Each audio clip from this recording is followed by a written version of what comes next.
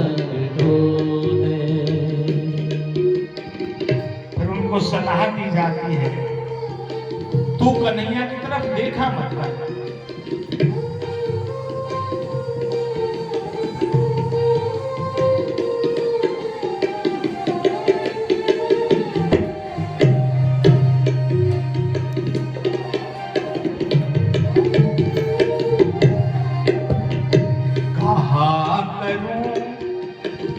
नैना बड़े लोभी, कहा करूं नैना बड़े लोभी। कहा करूं नैना बड़े लोभी लोभी लोभी लोभी। कहा करूं नैना बड़े लोभी। बस की भेद न मोले, देव न बोले। कुंभन दास प्रभु गोवर्धन धर। कुंभदास प्रभु गोवर्धन। कुंभन दास, कुंभन दास प्रभु गोवर्धन धर। कुंभदास प्रभु गोवर्धन धर। हंस हंस घूंघट खोले, माई मेरे श्याम लगो संग डोले। माही मेरे श्याम लगो संग। श्याम लगो संग, श्याम लगो संग। श्याम लगो संग, श्याम लगो संग। श्याम लगो संग डोले। मेरे श्याम लगो संग डोले। मेरे श्याम लगो संग डोले। कब लगे डोलते हैं श्याम ब्रज गोपियों के पीछे, जब गोपी का पूर्ण समर्पण श्याम के लिए हो जाता है?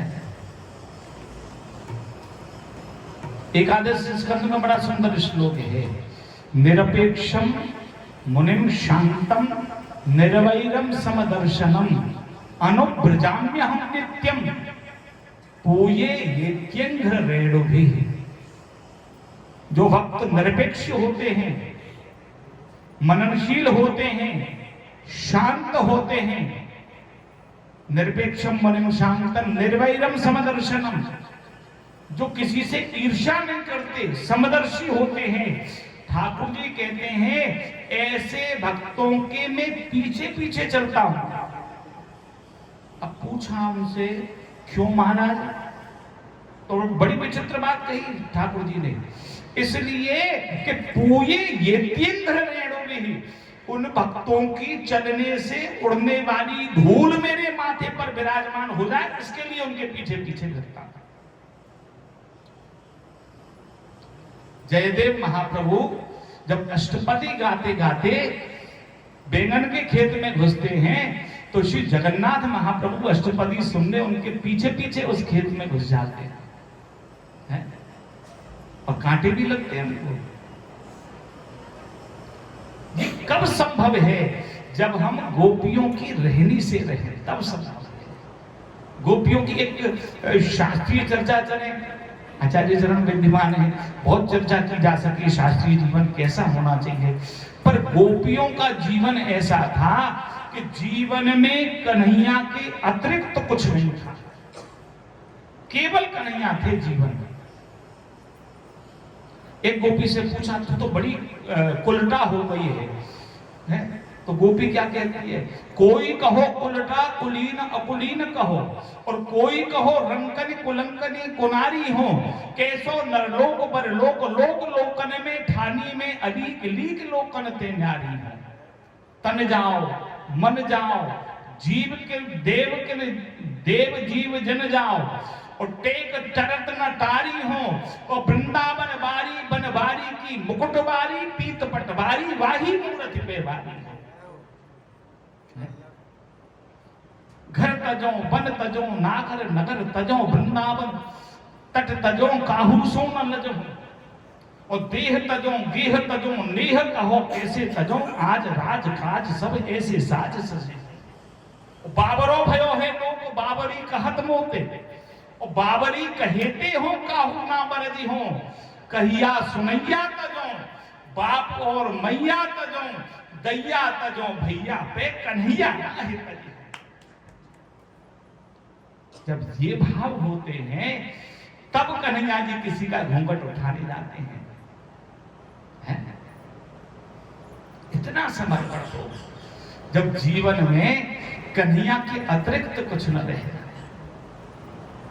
उद्धव जी को यही बात तो समझाई ब्रजगोपियों ने, हमारे जीवन में कन्हैया के अतिरिक्त कुछ नहीं है, तुम योग सिखाओ या मत सिखाओ, हमारा तो योग ही नहीं है कि योग क्या सिखाओगे आप, वो चर्चा कल करेंगे। खैर पर गोपी शब्द बड़ा दिव्य है, हम कहे तो बड़े भाव से जाते हैं पर समझना है गोभिर इंद्रिय भी जो हर इंद्रिय से कृष्ण रस का पान करती रहती हो उस जीवात्मा का नाम है गोपी। कोई साधारण तत्व नहीं है। और महाराज जयराज हमारे ब्रज में तो सखी भाव बारिंदी ऐसी बाढ़ आ रही है कछु पूछो ही मत। राधाष्टमी और रंगीली होली पे बरसाने चले जाओ, जन कितनी सखी पैदा है जाए हम तो जी ना समझ पाए। बस लहंगा ओढ़नी ओढ़े और वो टीका बिछिया चूड़ी पहने और छम छम करते हुए डोल रहे, छोराई छोटी सखी बन के घूम रहे। ऐसे समझो जैसे सखी भाव तो दुकानन पे मिल रहे हो। सबसे कठिन है सखी भाव प्राप्त करना, सबसे कठिन है। केवल वेश परिवर्तन से सखी भाव नहीं आता है, हृदय परिवर्तन से सखी भाव आता है। हम कन्हैया के बिना रहे नहीं। कोई कितना भी बुरा कह दे, कितना भी भला कह दे, दिखावा भी न हो, कोई हमको भक्त न माने। मुझे आचार्य चरण की एक बात, पहली कथा की स्मरण हो रही है, इस समय नहीं है। पहली कथा में जयराज आपने अपने वचनामृत में आज्ञा की थी, मुझे स्मरण आज हो रही है वो बात। आपने आज्ञा की थी कि हमारी भक्ति ऐसी हो कि उसमें दिखावा न हो। हम अगर सेवा में भी बैठे हों और कोई फोन आ जाए और उससे बात करनी पड़े तो ये मत कहो कि हम सेवा में हैं, ये कहो कि हम अभी आपसे बात नहीं कर सकते। आप अपनी सेवा का प्रदर्शन करोगे, लोग आपको बड़ा वैष्णव मानने लगेंगे, आपको अहंकार हो जाएगा, आखिर सेवा भाव क्षीण हो जाएगा। ब्रज की गोपी कभी नहीं कहती कि हमें तुम्हारे लाला का दर्शन इसलिए करना है कि हम बहुत बड़ी भक्त हैं, अपितु इसलिए कहती हैं मैया हमें तुम्हारे लाला को मुखारविंद जाग बजेते देखना है कि ज्यादा मुख देख के जाए खाए, हमारा दही बहुत जल्दी बिक जाए और ज्यादा भाव न होते। अपनी भक्ति को गोपनीय रखती है। प्रेम और भक्ति कभी प्रदर्शन की वस्तु नहीं होती है, हमेशा गोपन रखना चाहिए, तभी गोपी भाव सिद्ध होता है। और हम प्रदर्शन करते रहे तब गोपी भाव सिद्ध होगा ही नहीं। ये भागवत जी कहती है हमारी तो कोई सामर्थ्य है नहीं कुछ कहना, पर अगर प्रकट किए रस जाए, भक्ति रस को संभालना बड़ा कठिन है। प्रकट किया कि गया, इसलिए गोपनीयम गोपनीयम गोपनीयम प्रियतः, इसको गोपनीय रखना चाहिए। वेणु गीत सुंदर गाया, अब आचार्य चरण के वचनामृत भी होने और हमें गिरिराज पूजा तक पहुंचना है, तो वेणु गीत को हम प्रणाम करते हैं कि श्लोक पाठ कर देते हैं। अक्षणवताम फलमिदं न परम वेदामः सख्यः पशूनर विवेश यतोर्वयस्यै वक्तं ब्रजेश सुतयोरनवेणुजुष्टं जैर्वा निपीत मनोरक्त कटाक्ष मोक्षम। आंख वह सौभाग्यशाली है जो कन्हैया का दर्शन करती रहे। हमें इस भाव सामने ठाकुर कवि का एक सवैया बड़ा सुंदर लगता है। कानन दूसरो नाम सुनो नहीं, कानन दूसरो नाम सुनो नहीं,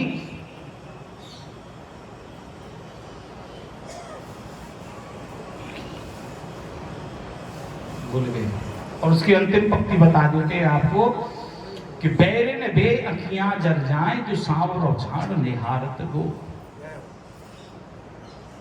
कानन दूसरो नाम सुनो नहीं, एक ही रंग रंगो यह डोरो, और धोखे दूसरो नाम कढ़े रसना मुख बांध हलाहल गोरो, ठाकुर चित्त की वृत्ति यही हम कैसे हूं टेक तजे नहीं भोरो, अरे बाबरी बे अखियां जर जाए जो सांवरो झाड़ निहारत।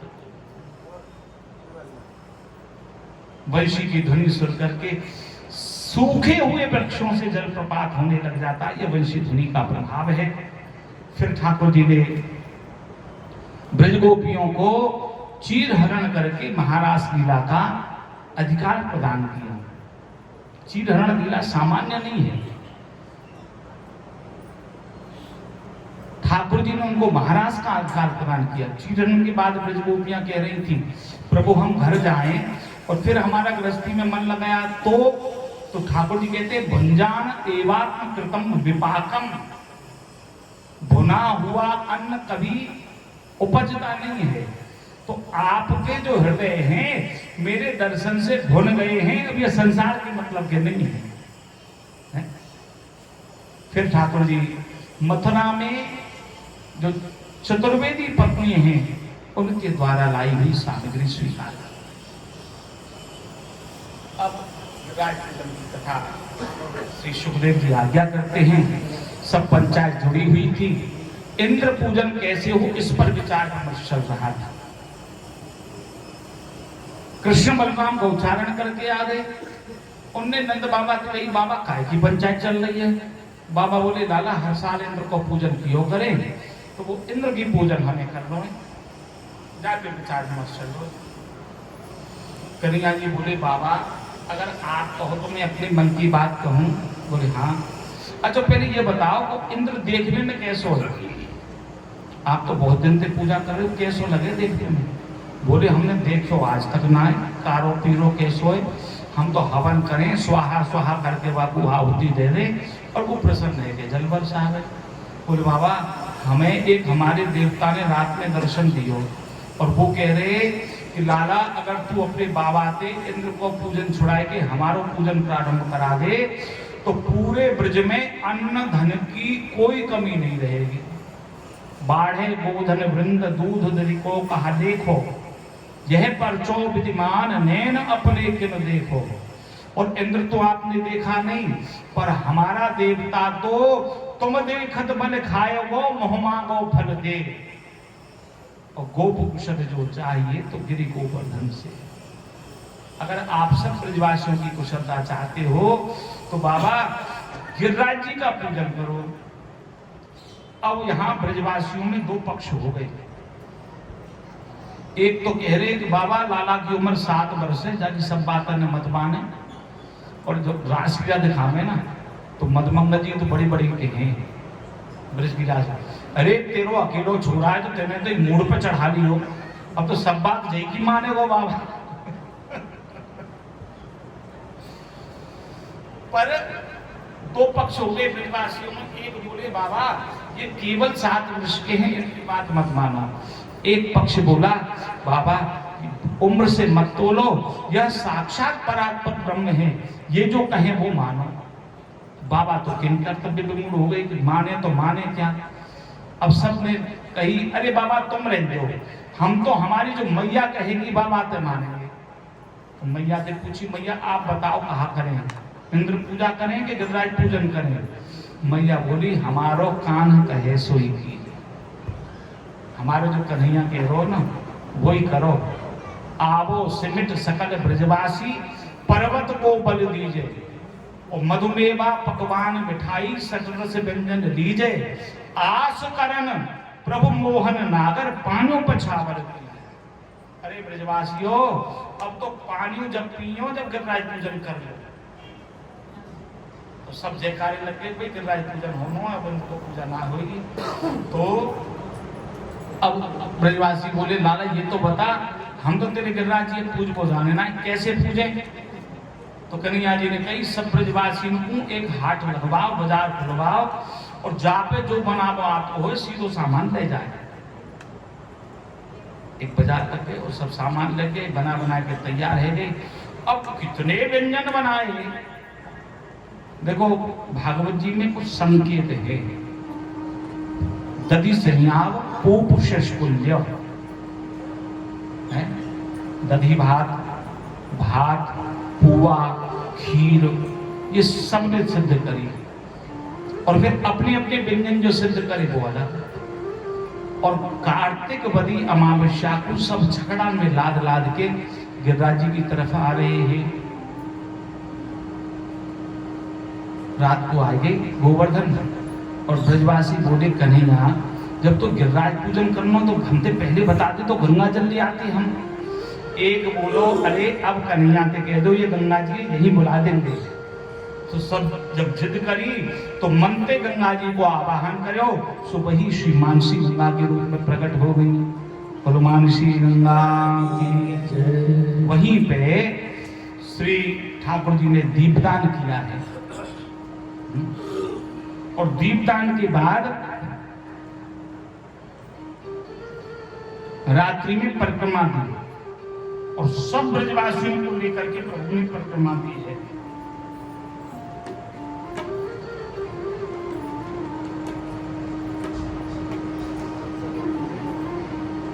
सब ब्रजवासियों को लेकर के परिक्रमा दी है ठाकुर जी ने और सब ब्रजवासी गाते भी बड़े सुंदर। हमारे ब्रज में आज वो ब्रजवासी ब्रजवासन इकट्ठे है परिक्रमा दे ना तो चुपचाप ना दे, कछु कछु गाते ही गाते थे। ये ब्रज की परंपरा है और वास्तव में गिरिराज जी को भाव भी अलग है। और हमारे गिरिराज जी को जो झंडा है ना वो ऐसा बुलंद है वो है अजी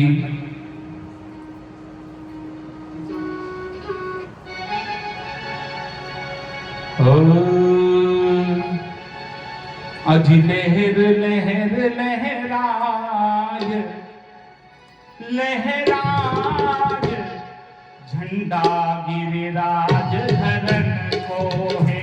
अजी लहर लहर लहराय लहराय झंडा गिरिराज धरन को है। अजी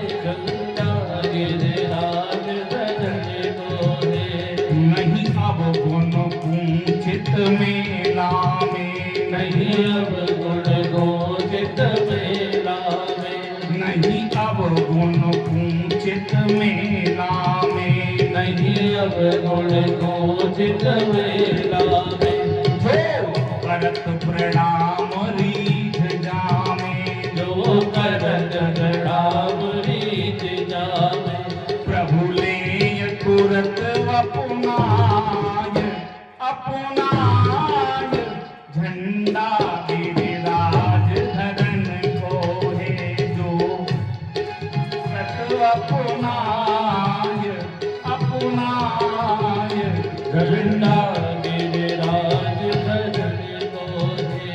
अजी लहर लहर लहराय लहराय झंडा गिरिराज धरन को है।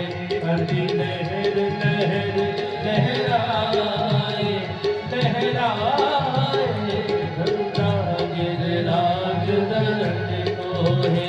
जाने मान इंद्र को मारो है जाने मान इंद्र को मारो है। धूबत ब्रज धाम उबारो है धूबत ब्रज धाम उबारो है। आशीष तुरत बरसाय बरसाय झंडा गिरिराज धरन को है। आशीष तुरत बरसाय बरसाय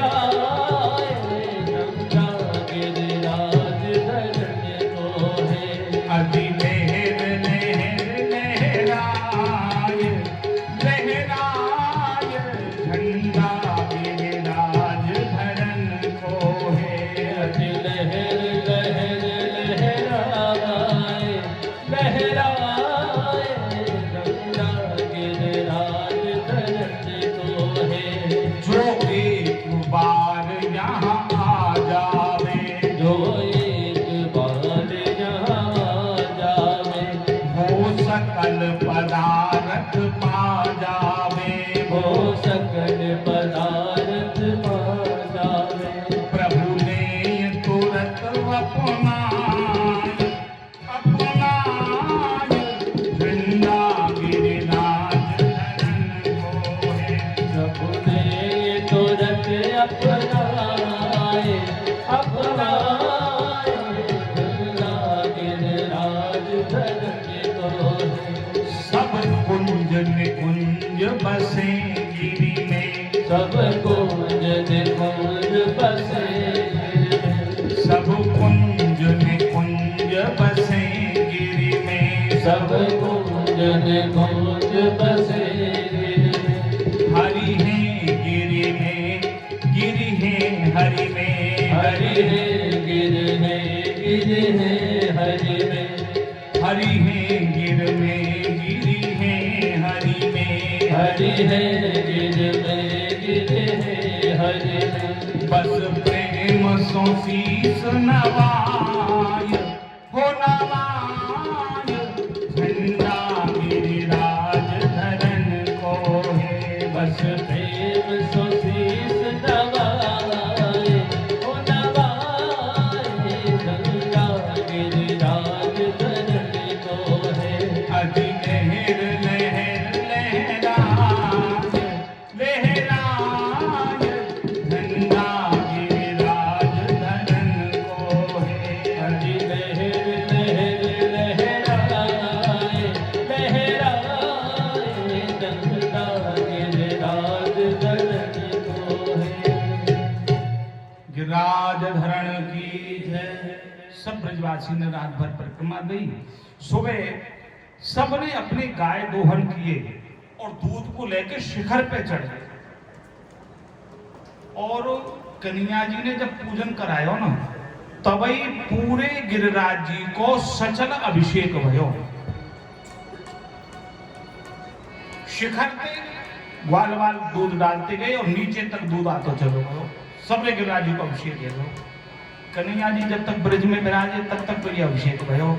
बाकी बात तो यत्र तत्र सब मुखार बिंदन पे अभिषेक है लग गए। और आचार्य चरण ने जतिपुरा में अभिषेक किया ठाकुर जी को, तो जतिपुरा में मुखार बिंद को भाव रखो जाए।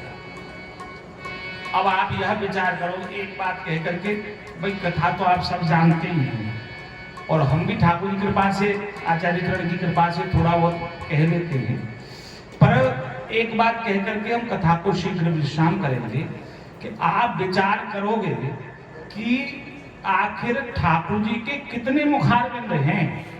जहां देखो वहीं मुखारबिंद लिखे हो रहे। जयराज, आप ये आवे कि जब सब ब्रजवासी इकट्ठे भय होंगे तो एक ही जगह तो सब लोग खड़े नहीं होगा, तो जाए जहां अवसर मिलो वहीं अपने गिरिराज जी को अभिषेक कर दियो और श्रृंगार कर दियो और वहीं भोग लगा दियो, तो पूरे परिक्रमा में भोग लग रहे हो। तो जितने ठाकुर जी, जितने गिरिराज जी हैं उतने ही मुखारबिंद है। गिरिराज जी ऐसा स्वरूप है कि छोटो स्वरूप पूर्ण गिरिराज जी और बड़े से बड़े शिला पूर्ण गिरिराज जी। जाके मारे हमारे आचार्य चरण ने जतिपुरा अभिषेक किया तो वल्लभी वैष्णव जतिपुरा करें। और जाकू जहां अवसर मिल जाए और गिरिराज जी को अभिषेक करने को मौका मिले तो वहां भी किया जा सके। प्रयास रहे जतिपुरा करो और नहीं अवसर मिल पावे तो जहां अवसर मिल जाए वहां। पर एक बात गांठ बांध के रख लीनो, गिरिराज जी की खूब सेवा पूजा करियो, पर गिरिराज जी को उठाए के कहूँ अपने संग लेके मत आइयो, क्योंकि हमारे गिरिराज जी तो वहीं रहे वो पसंद करें। सब अभिषेक करायो, मानसी गंगा के जल के अभिषेक करायो, बड़वन को मांगे दे गिरधर श्री को वर्धन पूजन जावत और मानसी गंगा जल नवाए से के पाछे दूध धौरी को नवत। खूब गिरिराज जी का अभिषेक हुआ, श्रृंगार धारण कराया, सुगंधी द्रव्य लगाए, श्रृंगार धारण कराया और फिर भोग लगा। तो सबने अपने अपने भोग समर्पित। इतनो भोग है गयो भयो भात को कोट ओट गिरिराज छुपाना। इतने चावल भोग लगे कि दूसरे गिरिराज जी से बन गए सामने।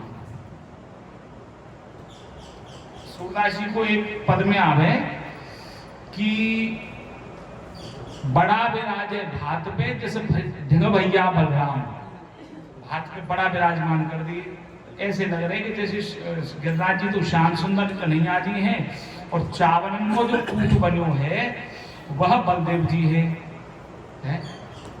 और ललिता जी राधा जी से कह रहे हैं अरे राधा जी यही तो पूजन करा रहे हैं और हमें ऐसा लग रहा है कि यही पूज रहे हैं। ठाकुर जी ने ब्रजवासी ने कही कि शैलोस्मीति ब्रुवन भूरी बलिमानद बृहद बक्कू, ये जो गिरिराज जी है ना ये पर्वत नहीं है, पहाड़ नहीं है, ये मैं ही हूं।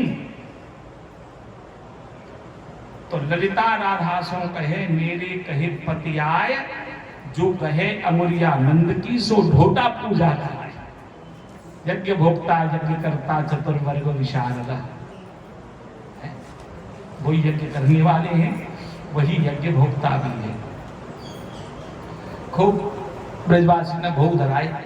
अब एक बड़ी बढ़िया बात बताऊं आप, पहले तो गिरिराज जी 4 भुजांग रोग में लगे, जब सल नहीं पड़ी तो 1000 भुजांग रोग में लग गए। 1000 मतलब हजारों, 1000 ही नहीं हजारों।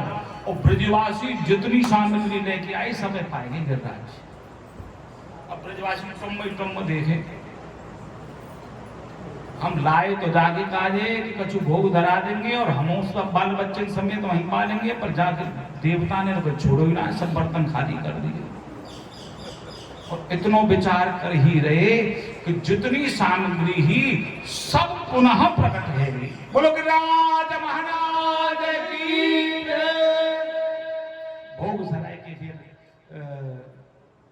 राई नौन करी यशोदा मैया ने, आरती करी। और आरती करने के बाद गिरिराज जी ने पूछी मैया आप हमसे कहाँ मांगो बताओ। तो सूरदास जी के माध्यम से यशोदा मैया कहें और कहा मांगे हम तुमसो, मांगत हैं हरि की कुशलाई और चिरजीवों, ये दोनों भाई कृष्ण बलराम चिरजीवी बने रहें, स्वस्थ रहे, हम तो आपसे यही मांगे। सब ब्रजवासी गऊन को भोग लगाए, बंदर मोर सबको खवाए और फिर आपो बैठ के पाए। और वहीं आएंगे नारद जी, नारद जी को भी पवाए और बोले नारद जी जाओ जब हमसे मिल के नहीं हो। अब नारद जी यहीं पा रहे हैं, कन्हैया जी भी पा रहे, अब मिल के कहा हुए वो ये कल बता। आज 5 दो खूब शम पूरा दिन है वो पूजा करते करते, तो ठाकुर जी पाठ वैसे है तो वही दिन की लीला, पर अब गिरिराज धारण तक पहुंचेंगे तो और समय लग जाए। कल कल की है कोई रहे ना ये तो इन समय और ले लिया कोई। हाँ तो लीला पूरी हो जाएगी ना। हाँ तो ठाकुर जी इंद्र को भेज दिए दोना में प्रसाद, स्वयं भी पा लिए। और इंद्र बड़ा गुमसुम बैठा था और वहां पे नारद जी पहुंचे, कैसे भैया इंद्र ऐसे बैठे हो? इंद्र बोले कहा करे बाट देख रहे ब्रजवासी को पूजन को नो तो ना आए हो भाई। इंद्र बोले पहले दोनों को प्रसाद खा लो बाकी बात बताना। हाथ में ले लिए, बोले अब बताओ कहा बात है? बोले बात यह है कि अब बाट मत देखिए, क्यों उन ब्रजवासी ने तुम्हारा पूजन छोड़ के गिरिराज जी को पूजन कर लिया है। कौन के कहे थे? बोले कन्हैया के कहे थे। तो महाराज कन्हैया जी के लिए जो शब्द प्रयोग किए हैं वो हम उच्चारण भी नहीं कर सकते, पर वो यह बता दें इंद्र ने अपने सब मेघ गणों को बुला लिया जो प्रलय काल में जल वर्षा करते, उन मेघ गणों को बुला लिया। बोले जाओ और ब्रज को बहा दो, इतना जल बरसाओ। सब ब्रजवासी तो पूजन कर करके घर आए गए और फिर छोटी छोटी बूंद पड़ने लगी। अब कछुन के मन में भाव आयो, देखो हमने कही ना कि इंद्र कछुन को जो उपद्रव कर दे वो बूंद पड़ने लग नहीं ना। और देखते ही देखते हाथी की सूंड की बराबर मोटी मोटी बूंद पड़ने लग गई, स्थूणा वर्षधारा। सब ब्रजवासी बड़े परेशान। हमने कही मत मानो कन्हैया की बात, अब भुगतो। सब बोले भाई चलो कन्हैया के पास चलें। कन्हैया जी के पास आए। कन्हैया जी ने बोले लाला अब हमारी सुरक्षा कैसे होगी? कन्हैया जी बोले हम क्या करें, चलो गिरिराज जी के पास।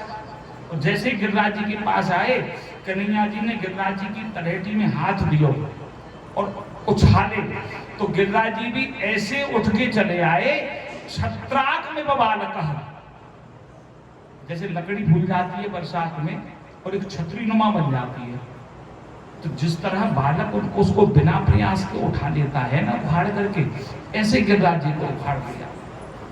वो संभव भी क्यों है? क्यों ठाकुर जी एक तो कर्तुम अकर्तुम अन्यथा कर्तुम सर्व सामर्थ्यवान है और दूसरे विरुद्ध धर्माश्रयी है। जब किसी भारी चीज को हाथ लगाते हैं तो वो हल्की हो जाती है और हल्की चीज को हाथ लगाते हैं तो वो भारी हो जाती है। उठा लिए। अब ब्रजवासी से बोले सब जई गड्ढा में आ जाओ अपनी गबन को बालकन को लेके। ब्रजवासी के मन में भाव आयो, जाने कन्नी उंगरिया के नाखून पे धारण कर रखी, नेकू इतवित को हल गए और गिर पड़े तो पतो ना चलेगी गड्ढे में कौन कौन गयो कौन कौन ना गयो। अब कन्हैया जी के आओ, ब्रजवासी वहीं खड़े, तो एक चतुर ब्रजवासी हो कोई बोलो हलाना आ तो जाए पर तो गिरिराज जी को हथेली पे धर रहे। कन्हैया जी बोले अच्छा ये बात है। सो ठाकुर जी ने अपनी कमर पे बंशी निकाली और ले कटते कर वेणु धर्यो अधरन गिरधारी, अधर पे स्थापित की और वंशी को जब बजाया ना तो वो हाथ भी हटा लिया और केवल वंशी के स्वर पर गिरिराज जी को स्थापित कर दिया। ब्रजवासी बोले प्रभु हम भले बोले सो तेरे, लाला जो होगी सो होगी, अब तो तेरे संग में सबरे आए गए। पर ब्रजवासी ने चतुराई इतनी करी कि आते ही लठिया लगा दी गिरिराज जी के नीचे। ठाकुर जी बोले वाह, इतने के बावजूद हो और खूब आनंद दे रहने लगे। 5-6 दिन है गए। यशोदा मैया बोली अरे ब्रजवासियों के उदना है गए, हमारे लाला गिरिराज जी उठाते उठाते ने तुम तो सहारा लगाओ। बोले मैया पहले दिन तक लठिया लगाए खड़े, चिंता ही मत करे, तेरे लाला पे कितनों सौ बोझ आ रहा हो गिरिराज जी। ठाकुर जी विचार कर रहे क्यों ऐसा न होए कि जब वर्षा बंद रह जाए तो ब्रजवासियों के मन में यही आ जाए कि हमने गिरिराज जी उठाए। तो बोले ये भी लीला कर दो अभी संग के संग। ठाकुर जी बोले अरे ब्रजवासियों देखो मेरा हाथ डूब गयो है, ने तुम साध लियो मैं हाथ बदल रहा हूं। ब्रजवासी बोले लाला हम कहने बारे तुम के उदनाते खड़ो है, तू घंटा 2 घंटा आराम कर ले, कछु देर हम धारण कर लेंगे गिरिराज जी है। बोले ना ना केवल हाथ बदल लो, ना ना कल ले तेरी मैया कह रही हवाल तूने सोचा वो ब्रजवासी तेरी सहायता करने के ना, तू घंटा 2 घंटा हम जगा लेंगे जब है। ठाकुर बोले ठीक है हाथ तो बदल लेंगे, बोलती रानी हाथ बदल ले। अब जैसे ही हाथ नीचे करो गिरिराज जी नीचे आवे लगे, लठिया चट्टे चट्टे टूटने लगी। ब्रजवासी बोले रोक रोक रोक रोक। ठाकुर जी ने फिर हाथ लगा दिया। 7 दिन तक अखंड वर्षा वर्षी। जब जल बीत गया तब मेघगण इंद्र के पास गए और बोले तुमने गलत आदमी से पंगा ले लिया। वो साक्षात भगवान हैं और जाओ उनकी स्तुति करो, हम तो रज भी गीली नहीं कर पाए, तुम ब्रज को बहाने की बात कर रहे थे। वर्षा बंद हो गई, इंद्र को भी प्रायश्चित हुआ, सब ब्रजवासी बाहर निकले। कन्हैया ने गिरिराज जी को स्थापित कर दिया, पुनः गिरिराज जी का पूजन करके आन दिया। अब ब्रजवासी बोले लाला न्यों बता तेरे गिरिराज जी उठाए तो उठाए कैसे?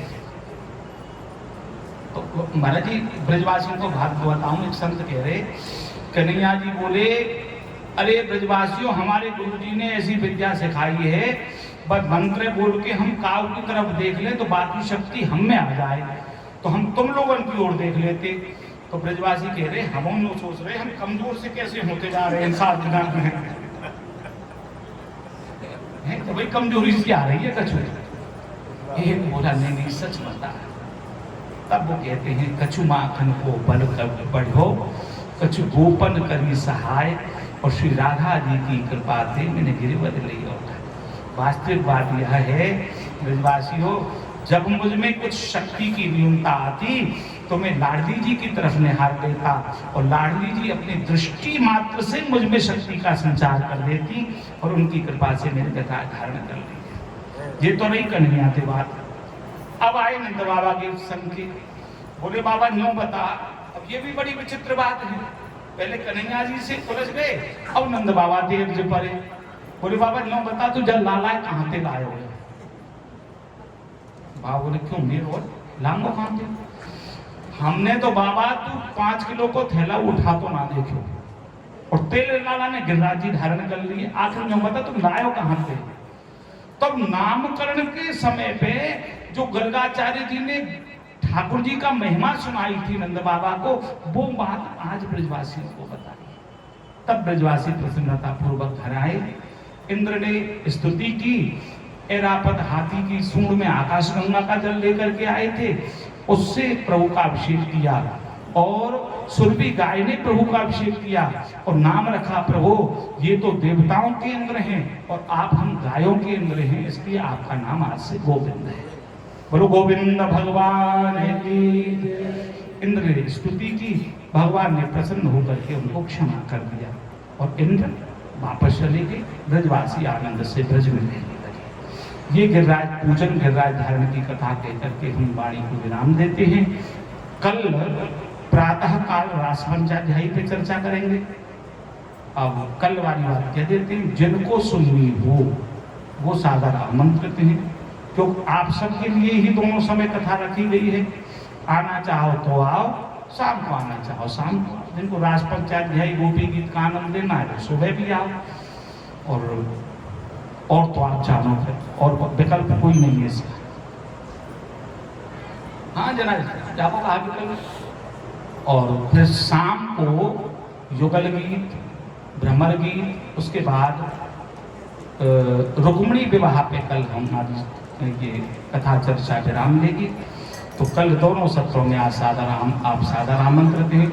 आप परम पूज्य बाबा साहब, परम पूज्य महाराज श्री के चरण कमलों में हम विनती करते हैं कि आप अपने वचनामृत से हम सबको सिंचित करें, आनंदित करें। परम पूज्य बाबा श्री वल्लभाधीश की। देखो जयकारो लगावो तो बनारस वाले सीख तो गए, पर भूल जाए जयकारो लगावे के नाम।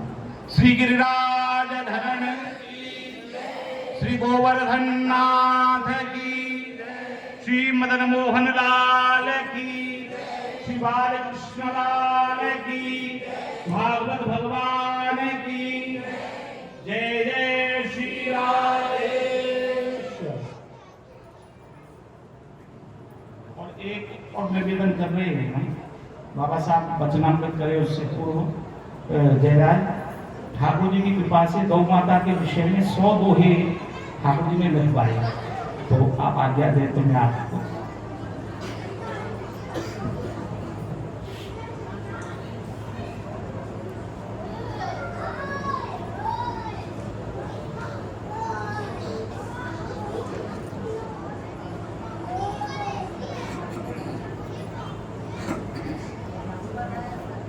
सुरभि शत से 100 दोहे।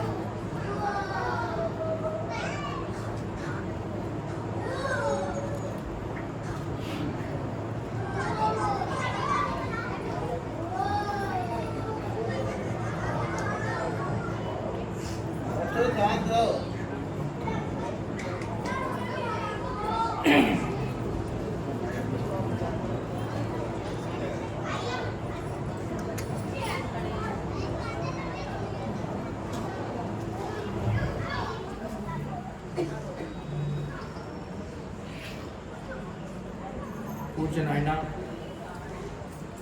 एवं मंचस्थ विराजमान शास्त्री जी, रमेश जी शास्त्री जी एवं भगवत चरणानुरागी सत्संगानुरागी वैष्णवजन, अपन लोग गत 5 दिनों से भगवत नाम भगवत स्मरण कर रहे हैं। आज अपन लोगों ने बाल लीला और इंद्रमान भंग की कथा का श्रवण किया।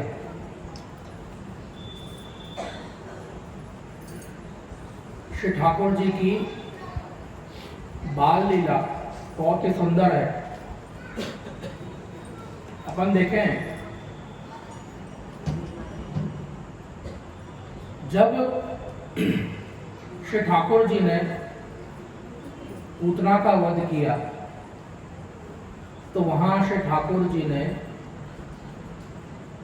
अविद्या का नाश किया है। अविद्या इतने अज्ञान श्री ठाकुर जी को छोड़ करके जब उनका ध्यान दूसरी जगह गया, जब पूतना आकर्षण मोह का रूप धारण करके आई थी तो ठाकुर जी को छोड़ करके सबका ध्यान उसमें चला गया, इसलिए सबको अविद्या आई। तो वहां पूतना का वध करके श्री ठाकुर जी ने अविद्या का नाश किया है। और इसी तरह से और भी अपन प्रसंग देखें, जैसे कि शकट भंजन का प्रसंग अपन देखें तो शकट भंजन नामक एक राक्षस भी है और दूसरा शकट इतने संसार, उसका भंजन किया है। एक गाड़ा जो है उसके नीचे ठाकुर जी पौड़े हैं, उसके ऊपर लौकिक रस रखा है। जब अलौकिक रस विद्यमान है तो लौकिक रस उसके ऊपर कैसे टिक सकता है? तो वहां श्री ठाकुर जी ने उस अलौकिक रस को फैलाया है, उसका नाश किया है। यहाँ पे सबका ध्यान जो है अपनी तरफ खींचा है। निरोध लक्षण यहाँ पे दिखाया है कि लौकिक रस में सबका ध्यान गया है, वहां से उनका ध्यान खींच करके अपनी तरफ लाए हैं ठाकुर जी। और अपन देखें नंद महोत्सव में नंदराय जी जो दूध दही माखन सब उड़ाते हैं, वो किस लिए उड़ाते हैं कि जब अलौकिक रस का प्रागट्य हुआ है तो इस लौकिक रस की क्या आवश्यकता है, खूब उड़ा रहे हैं सबके लिए। वहां लौकिक धन भी उड़ाया है, सबको बांटा है, वितरण किया है, क्योंकि अपने अलौकिक रस और अलौकिक धन जो है वो श्री ठाकुर जी हैं, उसके अन्यथा क्या है। और अपन देखें जब श्री ठाकुर जी ने घुटरवन लीला की है तो जब बालक चलता है तो सब जगह वो अपना मानता है कि ये सारी जगह मेरी है। उसी प्रकार से श्री ठाकुर जी भी संपूर्ण जगह पे घुटरवन लीला की है और जितने भी सुतल लोक के जो असुर हैं उन सबको अपने घुटनों के द्वारा उन सबको पीस दिया है श्री ठाकुर जी ने, उन सब का भी उद्धार किया है।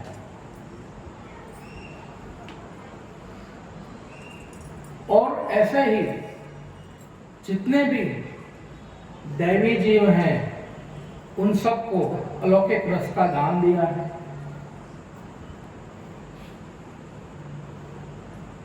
यहाँ पे अपन देखें कि माखन चोरी में श्री ठाकुर जी, श्री गोपियाँ ऐसा दिखा रही हैं कि हमको ठाकुर जी से माखन बचाना है। यहाँ दो बात है, एक तो माखन चोरी अपन कह नहीं सकते क्योंकि जो भी कुछ है वो ठाकुर जी का ही है, तो ठाकुर जी ने चोरी कैसे की? चोरी तो अपन कर रहे हैं, उसको ठाकुर जी से बचा करके अपने इस्तेमाल में ले रहे हैं। यही ठाकुर जी के सन्मुख रखें और उसके बाद अपन ले महाप्रसाद के रूप में, तो वो चोरी नहीं है। यहां अपन देखें लीला में ठाकुर जी को तो लीला करनी है, तो गोपियां कह रही हैं कि आज मैंने माखन की मटकी जो है वो ऊपर बांध रखी है। उनको मालूम है ठाकुर जी सुन रहे हैं, लेकिन उनके मन में यही ठाकुर जी से बचाना है, लेकिन उनके मन में क्या है कि आज ठाकुर जी मेरे घर पधारेंगे, माखन चोरी करेंगे, माखन अरोगेंगे। तो यहाँ श्री ठाकुर जी भक्त के मन की इच्छा पूर्ण कर रहे हैं। श्री ठाकुर जी वहां पधारते हैं, माखन अरोगते हैं, और उसी समय वो गोपी आकर के उनको पकड़ लेती है और बांधने की कोशिश करती है। श्री ठाकुर जी को कहां कोई बांध सका है? श्री ठाकुर जी को कोई भी नहीं बांध सकता जब तक उनकी स्वयं की इच्छा ना हो। यहां अपन देखें, जब वो ठाकुर जी को बांध रही है तो उनका जो मुखारविंद है वो इतना सुंदर है कि उनके मुखारविंद को देख करके वो मोहित हो गई और बांधना भूल गई। तब श्री ठाकुर जी ने कहा कि तुमको तो बांधना भी नहीं आता, मैं सिखाता हूं। तब गोपी श्री ठाकुर जी से बंध रही है, ठाकुर जी उसको बांध रहे हैं, एक गांठ, दो गांठ और गुड़ गांठ। ये इतना बांध करके ठाकुर जी जाने लगे। तब गोपी कहती है कि अब बांध तो दिया, मैं सीख गई, अब खोल तो दो। तो श्री ठाकुर जी कहते हैं मुझे तो बांधना आता है, खोलना नहीं आता। तो इन सब लीलाओं से अपन को ये शिक्षा मिलती है, ये सब सीखने को मिलता है कि अपने जो ठाकुर जी है ना, वो बहुत दयालु हैं। भक्तों के इच्छा के हिसाब से श्री ठाकुर जी लीलाएं करते हैं। श्री ठाकुर जी की इच्छा होती है आज इस भक्त के ऊपर कृपा करनी है, तो ये नहीं देखते कि ये भक्त कैसा है। श्री ठाकुर जी उसके ऊपर सहर्ष कृपा करते हैं।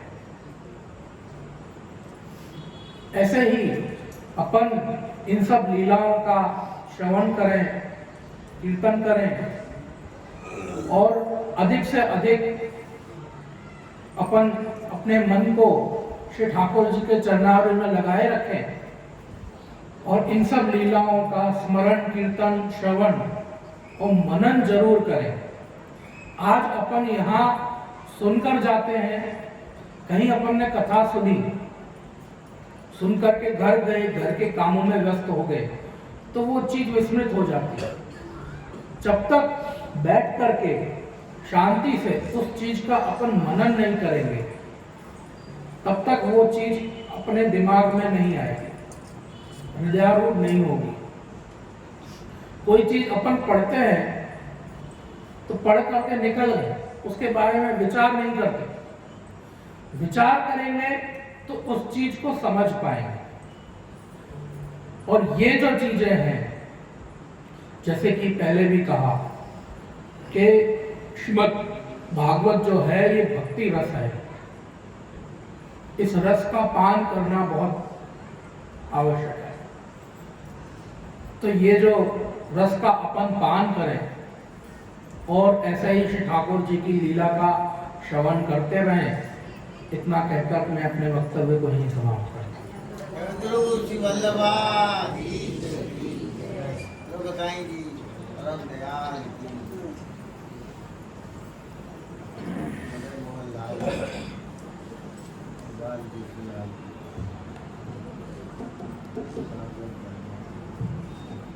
नमो भगवते तस्मै कृष्णाय अद्भुतकर्मणे रूपनाम विभेदेन जगत्क्रीडति योऽत।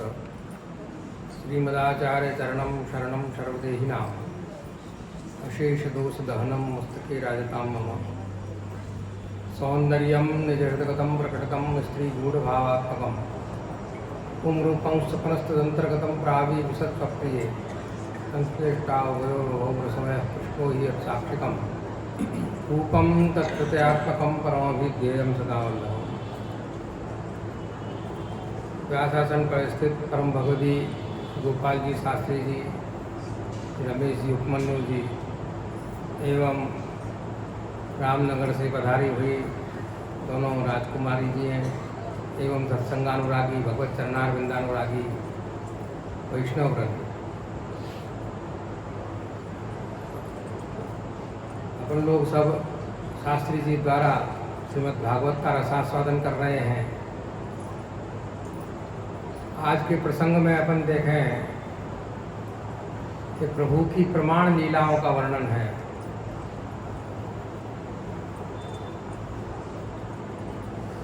प्रमाण, प्रमेय, साधन और फल, तामस फल प्रकरण के 4 हैं। अभी आज देखो प्रमाण लीला का पहले वर्णन किया है इन्होंने।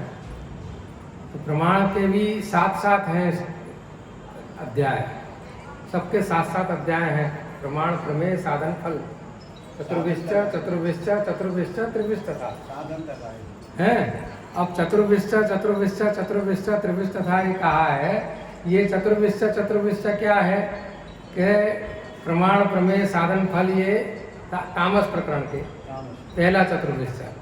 दूसरा चतुर्विश्च राजस के प्रमाण, प्रमेय, साधन, फल हैं।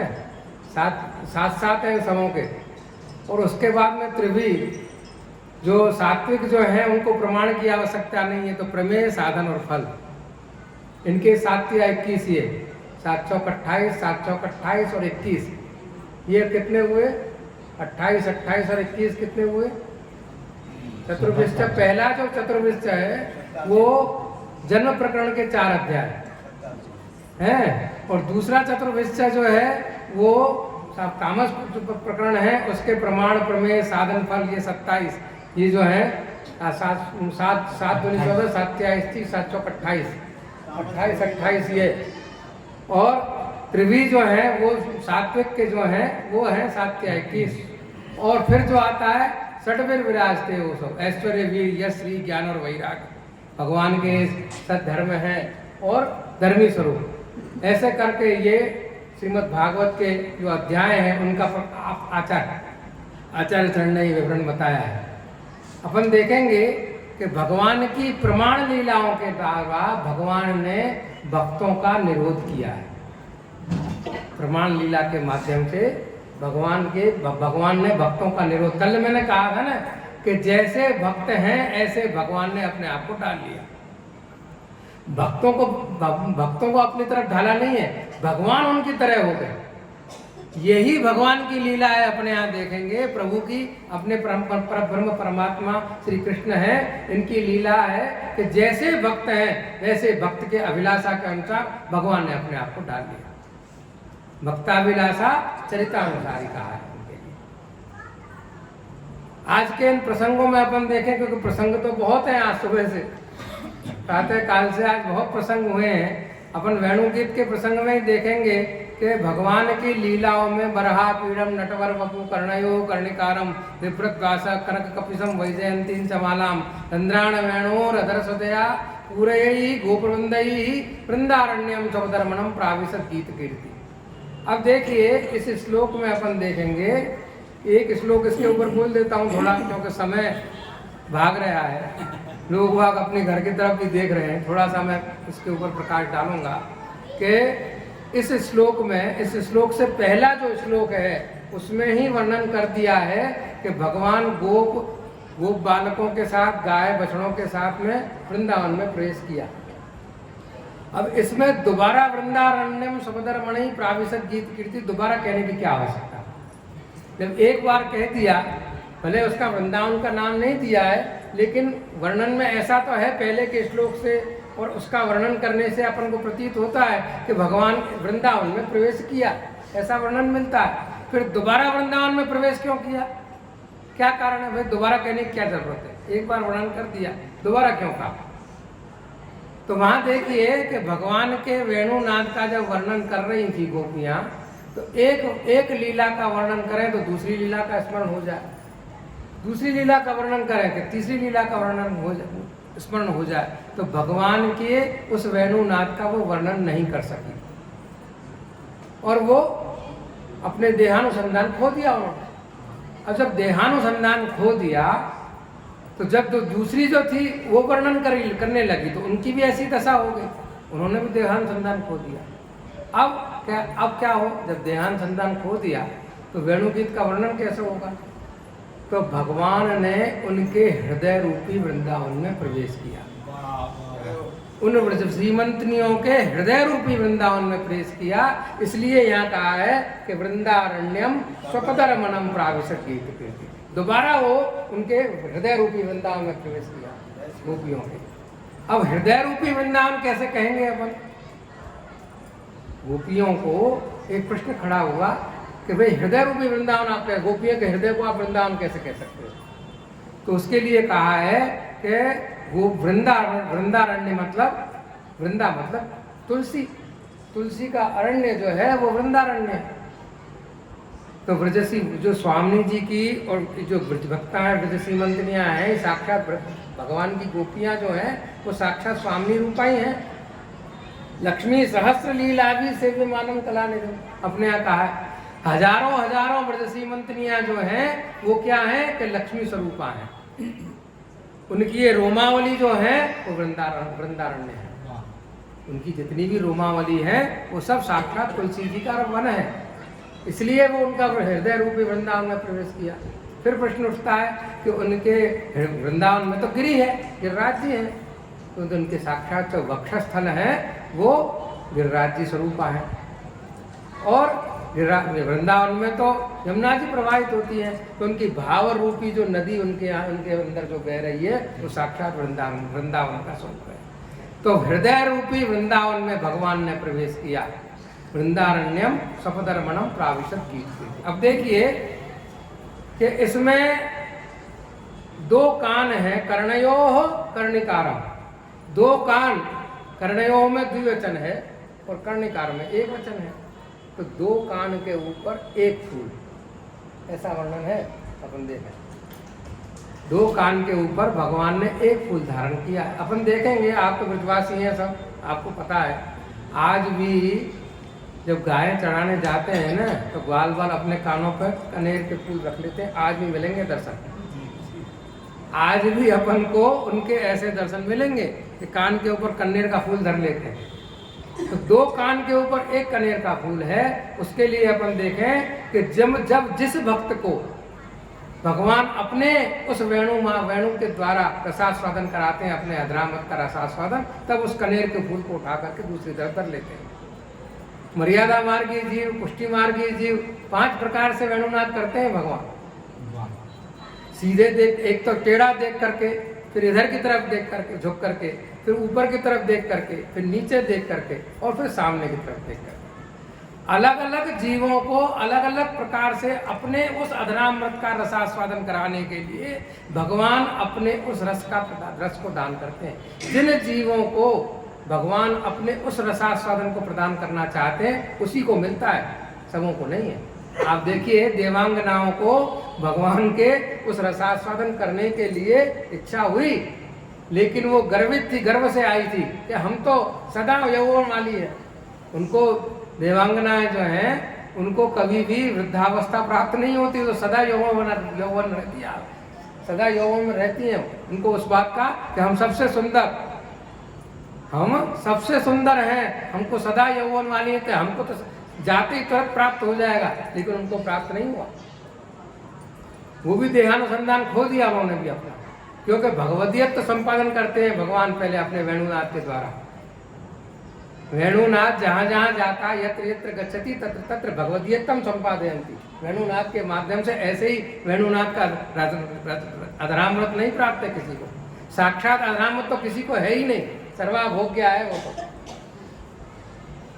साक्षात जो अधरामृत है वो तो केवल अपनी जो उनकी स्वामिनी है उनको ही प्राप्त है, अन्य किसी को साक्षात अधरामृत का रसास्वादन प्राप्त नहीं है, वो सर्वाभोग्य है। तो जैसे जैसे जो जीव हैं उनको अपने अधरामृत के द्वारा, अपने अधरामृत के रसास्वादन से भगवान ने उनको अपने अधरामृत का रसास्वादन कराया। अब इस श्लोक में अपन देखेंगे कि पूरी अगर इस श्लोक की व्याख्या करें तो इस श्लोक में अपन देखें कि सारे जितने भी ये हैं पंच परमात्मिका, अविद्या का विनाश, अविद्या में विद्या जो है 5 प्रकार की, वैराग्य, योग नहीं योग, स्मरण हो रहा है मुझे कि 5 प्रकार की विद्या हैं, सांख्य, योग और तप और वैराग्य। इस प्रकार से वैराग्य, सांख्य, वैराग्य, योग, सांख्य, तप और तब जाकर के पंच परमात्मिका विद्याएं बताई हैं। जैसे अविद्या की 5 पर्व हैं, ऐसे ही विद्या की भी 5 परमात्मिका अविद्या है।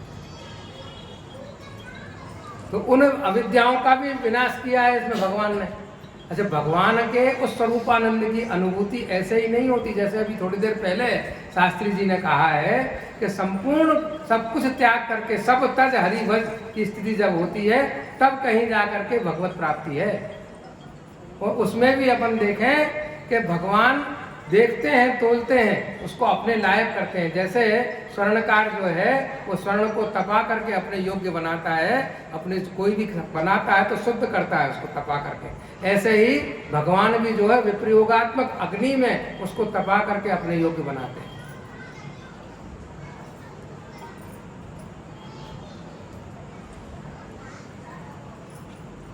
भगवत लीला का गुणगान जो है वो भगवत लीला के गुणगान में भी ऐसा है कि भगवत कृपा से ही प्राप्त है, अन्यथा वो भगवत लीला का गुणगान भी नहीं कर सकता लोग। भगवत कृपा अगर अपन को प्राप्त होगी तब ही वो प्राप्त है। अब इसमें देखिए वेणुगीत के प्रसंग में अपन देखो कि पक्षी अपन को सिखाते हैं कि कैसे अपन को भगवत रस का पान करना, पक्षियों से सीखने को मिलता है, वो अपन को सिखाते हैं। भगवान एक वन से दूसरे वन में पधारे, दूसरे वन से तीसरे वन में पधारे, तो पक्षियां उनके पीछे नहीं गए। देखिए पक्षियों ने वहीं बैठ करके अपने नेत्र बंद कर लिए, अपने नेत्र में भगवान के स्वरूप को धारण कर लिया और उन कर्ण से उस भगवत रस का पान किया।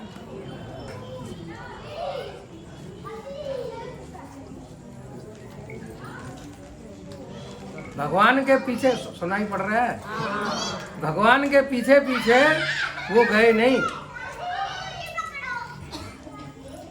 क्यों नहीं गए उसके विषय में बता रहे हैं अपन को कि क्यों नहीं गए।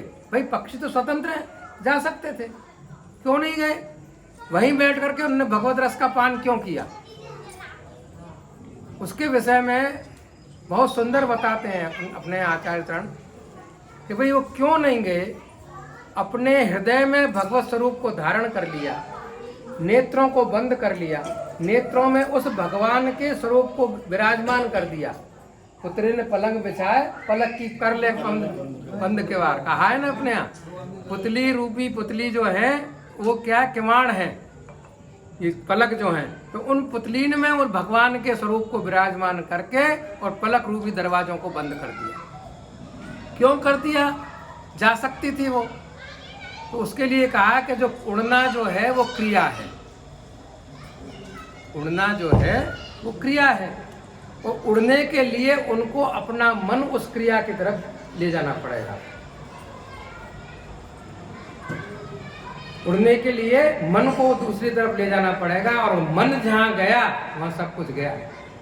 अपन का मन दूसरी तरफ जाएगा तो बगल में बैठा हुआ क्या बात कर रहा है अपन को सुनाई नहीं पड़ेगा। इसलिए उन पक्षियों ने अपने नेत्रों को बंद कर लिया और कानों से, कान रूपी इन दोनों से उस भगवत रस का पान किया कि वो उड़ने की आवश्यकता नहीं है, स्वरूप तो धारण हो ही गया है, एकदम नेत्रों में धारण हो ही गया है, इसलिए अब उड़ने की आवश्यकता नहीं है, यहीं से बैठे बैठे उस भगवत रस का पान करें। दूसरा क्यों बंद कर लिया उसके विषय में दूसरी बात बताते हैं कि वृक्ष पर सुंदर सुंदर फल लगे हुए हैं, उन फल को देखेंगे तो उनको खाने की इच्छा होगी, खाने की इच्छा होगी तो उसको तोड़ करके खाएंगे, वो भी क्रिया है, मन वहां जाएगा, तो वो जो अभी भगवत रस है उसका पान नहीं मिलेगा। तो नेत्रों को बंद कर ले, ना फल दिखेगा ना हमारी खाने की इच्छा होगी। इसलिए भी बंद कर लिए नेत्र। और उस भगवत रस का पान, अभी तो इस भगवत रस का पान अपन को करना है और कोई चीज़ की आवश्यकता नहीं है। तीसरा आप देखिए कि कहते हैं कि भगवत रस जो है, भगवत लीला जो है, भगवत कथा जो है, वो मृत्यु के डर को छुड़ा देती है, कहा है ना। तो ना हम देखेंगे, ना हमको कोई शिकारी दिखेगा। कोई शिकारी भी अगर आकर के हमको मार देगा तो उसकी भी उनको कोई मतलब उसकी मृत्यु के भय से भी वो निवृत्त हो गए। तो आज अपन को उन पक्षियों से सीखना है कि कैसे कथा का श्रवण करें। अपन बैठते हैं तो बैठ करके इधर उधर की बातें करते हैं, चाहे कथा की बात करने लग जाए, आहा कितनी सुंदर कर रहे हैं, कितनी बढ़िया कर रहे हैं, कोई कुछ करने लगता है, कोई कुछ करना। इन पक्षियों से सीखना है कि भगवत रस का पान करना है तो कैसे करना। पशु से सीखना है कि संपूर्ण भोजन करने के पश्चात वो बैठ करके चरवण करती है, जुगाली करती है और उसको पचाती है। बाबा ने कहा ना कि चिंतन करना, मनन करना। बैठ करके भगवत रस का पान करने के पश्चात शांति से बैठ करके मनन करें, उसको चिंतन करें, तब कहीं जा करके वो अपने हृदयारूढ़ होती है वस्तु। ऐसे ही हृदयारूढ़ नहीं होता। नहीं तो क्या होता है कि गुरुवर पठित्वा गुरु निवेदन, तुम्हारे सामने पढ़ा सीखा और तुमको निवेदन करके यहीं चले गए झाड़ करके। ऐसा होता है तो भाई तुमसे सुना है, यहीं हमने झाड़ा सब और यहीं झाड़ करके चल दिया। उसको बैठ करके कौन सी लीला का आज गुणगान हो रहा है, कौन सी लीला के विषय में बताया है, भगवान की आज कौन कौन सी लीला है, उन लीलाओं का शांति से रात्रि में बैठ करके मनन करना है। वो मनन अपन करेंगे तो वो स्वरूप अपने हृदयारूढ़ होता है, और वो स्वरूप हृदयारूढ़ होगा तब कहीं जाकर के निरंतरता में वो वस्तु लाएंगे अपन। आप देखो कि अभी कंसवध की लीला में आएगा कि कंस ने 11 वर्ष 52 दिन तक भगवान का निरंतर भजन किया है। चाहे वो वैर भाव से बसता था, लेकिन निरंतरता में जो उसने भजन किया, उसका सुबह से लेकर के रात्रि पर्यंत जितना भी था वो वही वस्तु थी कि मैं कैसे उसको मार दूं और कहीं से आकर के वो न मार दे। तो चारों बगल वही दिखने लगा उसको, सर्वात्म भाव सिद्ध हो गया था कंस को। तो ऐसी दशा हो कि निरंतर हमको सब चीज में प्रभु अपन को दर्शन देने लगे। उसके लिए अष्टाक्षर रूपी अमृत से अपने आप को सींचेंगे तो ये हृदय रूपी जो कमल है वो अष्टाक्षर रूपी अमृत से शुद्ध होता है, और तब जाकर के हृदय में भगवान विराजमान होते हैं। अभी तो अपना कलुषित हृदय है, अष्टाक्षर से उस कलुषित हृदय को अपन पवित्र करेंगे, शुद्ध करेंगे, तब वो भगवान उस हृदय कमल में विराजते हैं। तो यही मैं कहूँगा। अभी तो देखो गोवर्धन लीला के प्रसंग में देखें कि अन्य लीलाओं के प्रसंग को देखें तो गोवर्धन लीला जो है अपने यहाँ पुष्टि लीला बताई है आचार्य चरण ने। दामोदर लीला जो है वो पुष्टि लीला है। यत्र निबंध में आप आज्ञा करते हैं कि यत्र भक्त्यस्य स्वातंत्र्यम इच्छानुसारेण भगवत कृति यथा दामोदर लीलायाम सा पुष्टि। निबंध में आप आचार्य चरण आज्ञा करते हैं कि जहाँ भक्त की स्वतंत्रता है, भक्त की इच्छा के अनुसार भगवत कृति है, जैसे दामोदर लीला में भगवान बन जाते हैं, सा पुष्टि, उसको पुष्टि कहा है। ये पुष्टि लीला है जो है, दामोदर लीला है, पुष्टि लीला है। अन्यथा भगवान को कोई बांध नहीं सकता, लेकिन भगवान बंध गए, भक्त की इच्छा के अनुसार बंधे। गोवर्धन लीला जो है ये पुष्टि लीला है कि सबरे संपूर्ण जो है भक्त जो है वो भगवान के समीप आ गए, जो दूर थे वो भी समीप आ गए। वहाँ आप देखो सुबोधनी जी में आप आज्ञा करते हैं कि भगवान जो गोवर्धन लीला के पश्चात में इंद्र जब आया तो इंद्र को प्रसन्नता पूर्वक भगवान ने आशीर्वाद दिया। उसको भले ने उसने कितना भी भगवान को कुछ भी कहा हो, वो सारी बातें भूल गए, वो भक्त को भगवान के पास में ले आया। इसलिए भगवान ने प्रसन्न होकर के उसकी वृष्टि को जारी जी की सेवा अंगीकार की, और प्रसन्न होकर के उसको क्षमा याचना की। और वहीं ब्रह्मा जी के प्रसंग में अपन देखेंगे तो ब्रह्मा जी को उन्होंने क्षमा याचना तो दी, लेकिन प्रसन्न होकर नहीं दिया, क्योंकि भगवान को भक्त से दूर किया। ब्रह्मा जी जो है वो ले गए, उनको ग्वाल वालों को ले गए और बछड़ाओं को ले गए। उसमें भी है कि गायों की ये इच्छा होती थी भगवान को देख करके कि मैं कैसे अपने स्तनपान कराऊं भगवान को। तो भक्ताभिलाषा चरितानुसारी है ना, तो भगवान बछड़े बन गए। जो बड़ी बड़ी जो श्रीमंतनियां हैं उनको भगवान के अपने स्तनपान कराने की इच्छा होती थी, तो भगवान क्या बन गए? ग्वालवाल बन गए। कर्तुम अकर्तुम अन्यथा कर्तुम भगवान के लिए कहा है ना कि जो सृष्टि के क्रम के अतिरिक्त भी जो है वो भी भगवान कर दे। अन्यथा कर्तुम है कि जो सृष्टि के क्रम के अतिरिक्त जो वस्तु है उसको भी भगवान कर दे, वो अन्यथा कर्तुम भगवान के अंदर। बहुत सी लीला है भगवान की अन्यथा कर्तुम है। अब घड़ी जो है अपना काम कर रही है, आप लोग भी बार बार घड़ी की तरफ देख रहे हैं कि भाई ये कब बंद होगा। तो प्रभु की इन लीलाओं के विषय में अपन गुणगान करते रहें, प्रभु की लीला का गुणगान करते रहें, प्रभु अपने हृदयारूढ़ हो ऐसी अपने ऊपर कृपा करें, और इनके माध्यम से अपन को भगवान से प्रेम आवे, भगवान में भक्ति अपन को जागृत हो, ऐसी प्रभु से विनती करके अपने इस अल्प वक्तव्य को यहीं समाप्त करते